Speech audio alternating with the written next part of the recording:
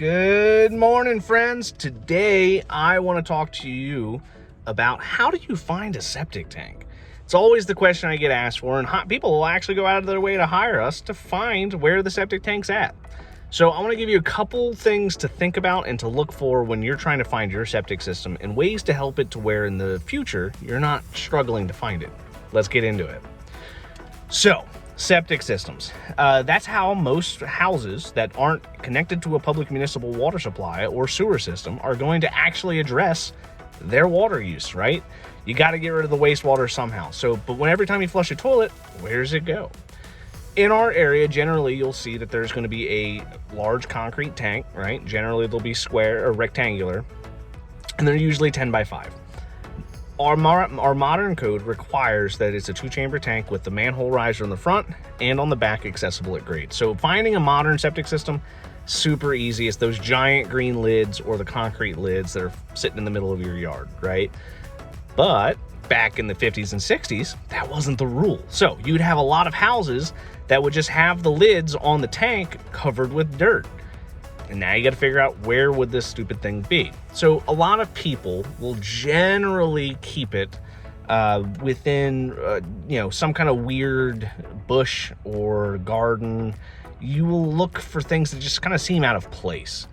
In our area, almost always the well will be on one side of the house, usually the highest part of the property, and on the lowest part of the property will usually be the septic.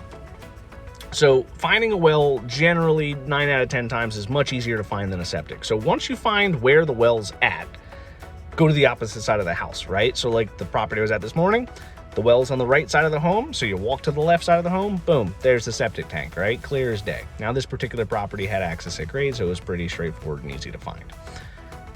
So now we know, okay, we got the well on one side of the house. Let's just say it's on the right side just for the sake of argument. We know the well's on the right side of the house. We go to the left side. Let's start looking around and see what can we find.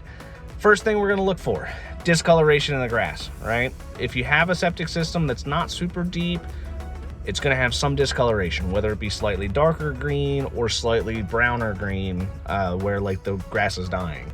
If you have a shallow tank, it'll almost be super visible. You'll just see like one very large dead patch of rectangular grass. It almost always is right there.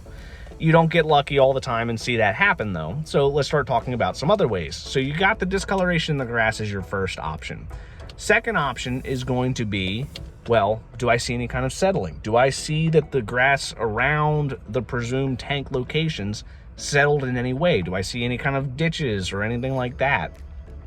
That'll be another good key point to think about when you're looking for the tank. When you're looking around a yard, let's just say that you go into the side yard, we go to the left side of the house, there's no discoloration in the grass, they've been fertilizing it like crazy, everything's the same color, they got a nice pattern in it, there's no dips or any kind of weird sinkholes in the tank or in the yard. Now what do we do? The next thing what we're going to want to look for is we're going to look for where are the vents on the roof for the sewer and where is the bathroom in relation to the house or in relation to us, right? So if usually you'll see that the vent hole will line up with a bathroom, and almost always, at least in our area, most plumbers and sewer plumbers will like to get a straight line. We don't really like going in bends or any kind of turns, drops, or anything like that. Anytime you move the pipe anywhere but straight, you run more of a risk of stuff getting stuck.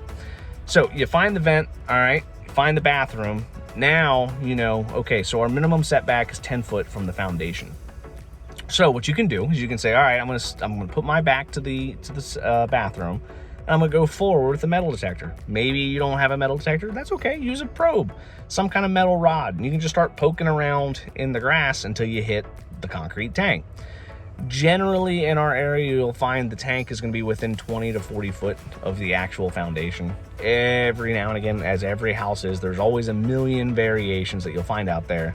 You'll find that there's going to be a tank that's 200 foot away from the house. I had one the other day that was 170 foot from the home. It went all the way down a hill, around a barn, and it was behind the barn. Why they put it all the way over there, no idea. But that's what they did, right? So we look for site conditions. We look to see what kind of grass discoloration do we see? Do we see any settling?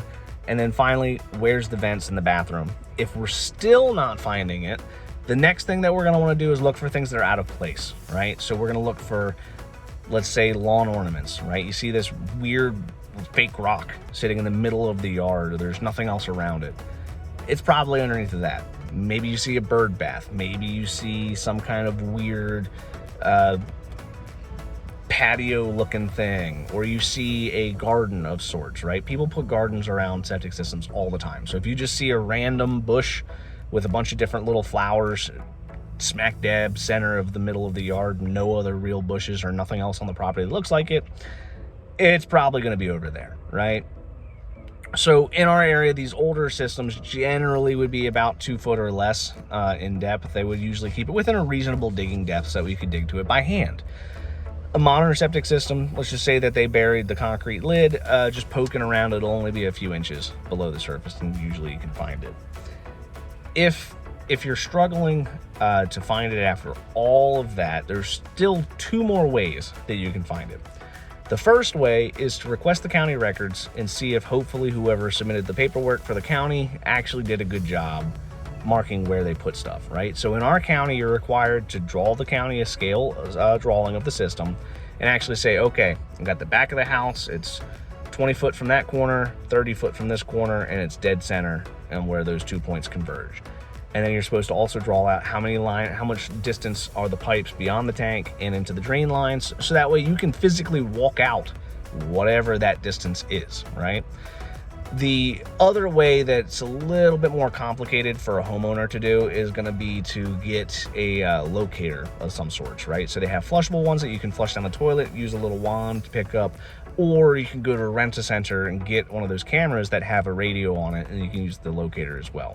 For us, we usually have a camera that we actually will just go inside the house, or if there's a little clean out by the foundation, you toss the camera through that clean out, run it all the way to the septic tank. Boom, guess what? Now you can use the locator and you know exactly where the septic system is. It saves so much time. Most homeowners don't have that. Most rental centers in our area, it's between $40 to $100, depending on what camera you want to purchase or rent, right? But you only get it for a day. So you better find it in that day. So I would recommend, if you're gonna rent, make sure you have a clear plan of attack of where's the access. Do I need to pull a toilet? Do I need to remove some kind of cover from my wall? How am I getting into the sewer, right? Once you get that figured out, now the easy part is just running the camera through it and locating it.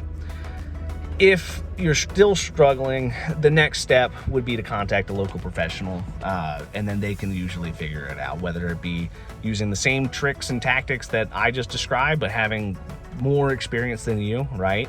I've seen over 4,000 systems. I know what I'm looking for. If you've only dealt with 2 or 3, you might struggle a little bit more to find those, right? It's okay. It's okay to admit that you need somebody else to help you. I do it all the time when it comes to stuff at my house. Do I know how to deal with, electrical? A little bit, but if it comes to changing a breaker, I'm gonna hire somebody who knows way more than I do, so that way I don't burn my house down, right? Building a deck. Do I know how to do some of the carpentry? Sure, but if I want it to look really pretty, am I gonna hire somebody? Yeah, right? So if you're struggling to find it, it's okay to have somebody else help you out. It's not like you have to do everything yourself. But again, if you're gonna look for it, the things you wanna look for is discoloration, dips and stuff, like any kind of surface issues, and then you're going to make sure that you're also looking to see where the vent's at on the house for the sewer, where's your bathrooms, your sewers, etc. Where's the well at in relation to where you are, right? You're not allowed to be next to the well, so if you're looking by the well, you're looking in the wrong spot. Do you see any other odd things out of place, like a fake rock, like a garden, or any kind of patios that just don't seem to belong? If you do all that, hopefully you should be able to find your septic system. Some companies in our area will charge you to dig up the system, like for maintenance and stuff. So once you find it, it would be a really good idea to consider getting a riser installed or putting some kind of access point. It'll save you money, right? Like if you're pumping it out every couple years like you're supposed to, right? You're supposed to pump it every 2 to 3, maybe 4 years.